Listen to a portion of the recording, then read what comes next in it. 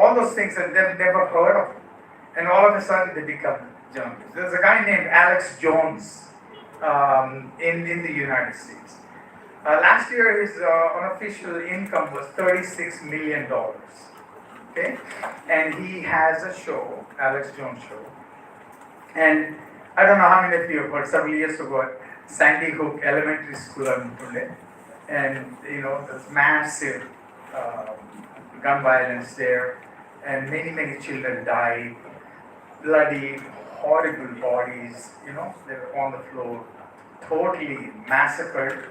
And this Alex Jones guy on his show kept on talking about how this was all a Hollywood staged event, that child actors were hired to play there, and this is all just a theater.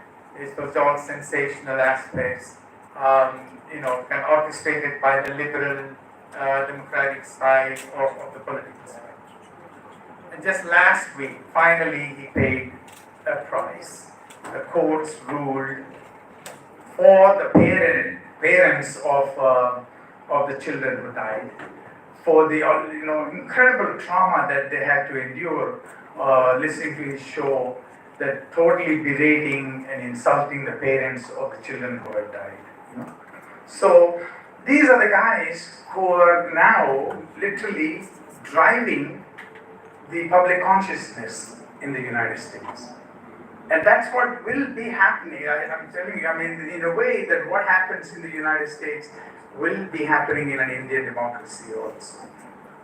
And that's one of the issues which I'm really concerned about, how these things will affect things as such. So the impact on newsroom practices, digital transformation of newsrooms, making journalists more multitasked journalists, like you're a print journalist, you're a broadcast journalist, then you have to edit the copy, and so there's no time for fact checking, there's no time for verification of sources. So they would churn out and put the things in the news media, and that immediately becomes a fact. So there's less focus on fact checking as such, which creates a big issue in the accuracy as such. So you always took pride when we learned journalism, accuracy and speed, right? So accuracy took the back seat. Speed to transmit information and news has taken the front seat. With the new media, with especially the social media, everything has to be spontaneous, everything has to be instantaneous, and the accuracy. And there's no time to verify facts and things like that. And that's why I think this product actually has a very big contributions to make in this as such.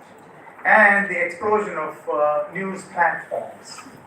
And everywhere you go, there's a new platform for news. And nobody knows who is actually sponsoring that, who actually is presenting those facts, and where do those facts come from. And it becomes a great challenge even to the fact checkers, that there's no time because of the explosion of these news platforms as such. So the hard realities are these. Information ecology will not improve.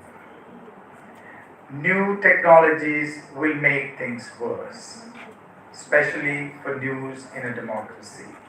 The accuracy will not improve, and unless you, as working journalists, will take great pains to preserve the trust in journalism, because erosion of trust has become a major factor in the news ecology of today's world, that trust in journalism has decreased.